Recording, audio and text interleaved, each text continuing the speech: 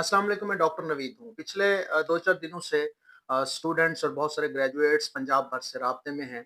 Messages कर रहे हैं कि सर सुना है कि 30,000 सीटें अनाउंस हो रही हैं स्कूल एजुकेशन डिपार्टमेंट में। तो आया कि हकीकत है या अफ़साना है या कि फिर हमें ट्रक की बत्ती के पीछे लगाया जा रहा है?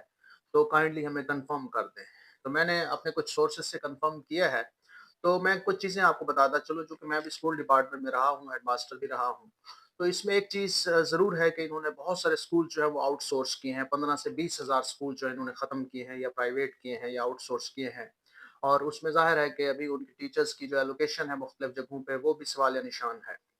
लेकिन इसके साथ-साथ एक और चीज़ है कि बहुत सारे स्कूल जो हैं वो अपग्रेड हुए हैं पिछले कुछ सालों में। जब स्कूल आप अपग्रेड करते हैं तो उसके लिए आपको ज़ाहिर है कि नए टीचर्स भी प्रोवाइड करना होते हैं।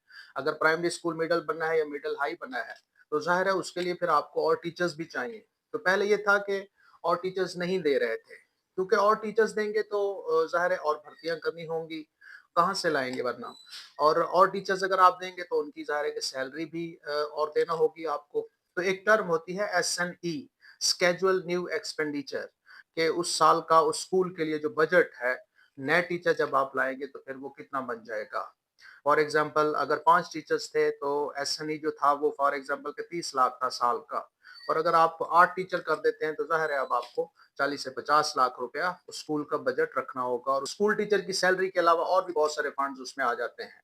तो इससे पहले जब इन्होंने स्कूल्स अपग्रेड किए थे पिछले सालों में, तो एसएनई नहीं दिया था। यानी कि न्यू एक्सपेंडिचर के लिए जो स्केड्यूल है, जो जो बजट है, जो पैसे हैं वो नहीं दिए थे। उन्होंने कहा था कि अगर प्राइमरी स्कूल है उसमें 5 टीचर हैं और अब वो मिडल बन गया है, तो वही 5 टीचर ही उसको पढ़ाएँगे। वो खुद मैनेज करें, उसके लिए एक्स्ट्रा बजट हम नहीं देंगे।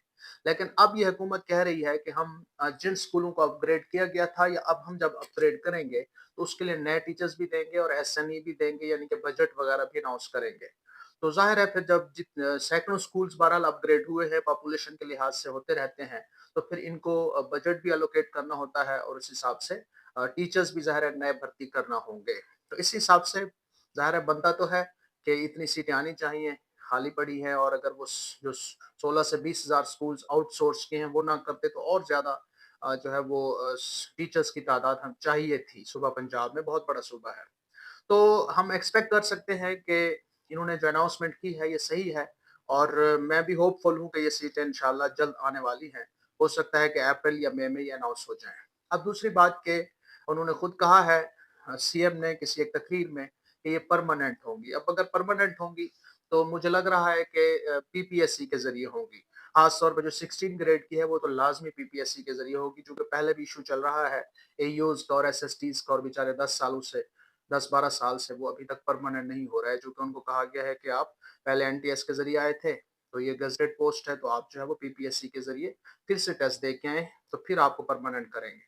तो बाकी 14वें और 15वें ग्रेड की हो सकता है कि एनटीएस के ज़रिए लें।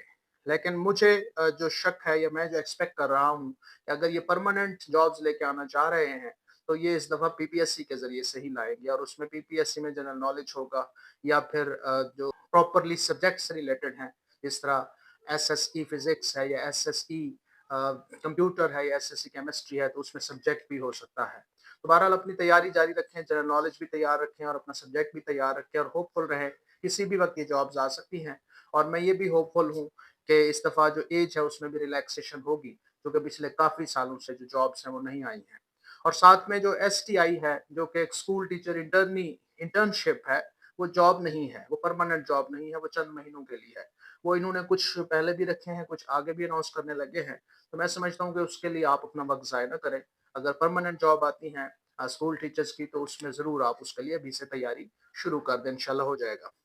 साथ में मैं आपको ये भी बताना चाह रहा हूँ कि मैंने पिछले व्लॉग में भी बताया था, क्राइम कंट्रोल डिपार्टमेंट भी जॉब्स आ रही हैं, उसके लिए भी अपनी तैयारी जारी रखें। कोई 4000 सीटें अनाउंस होने वाली हैं।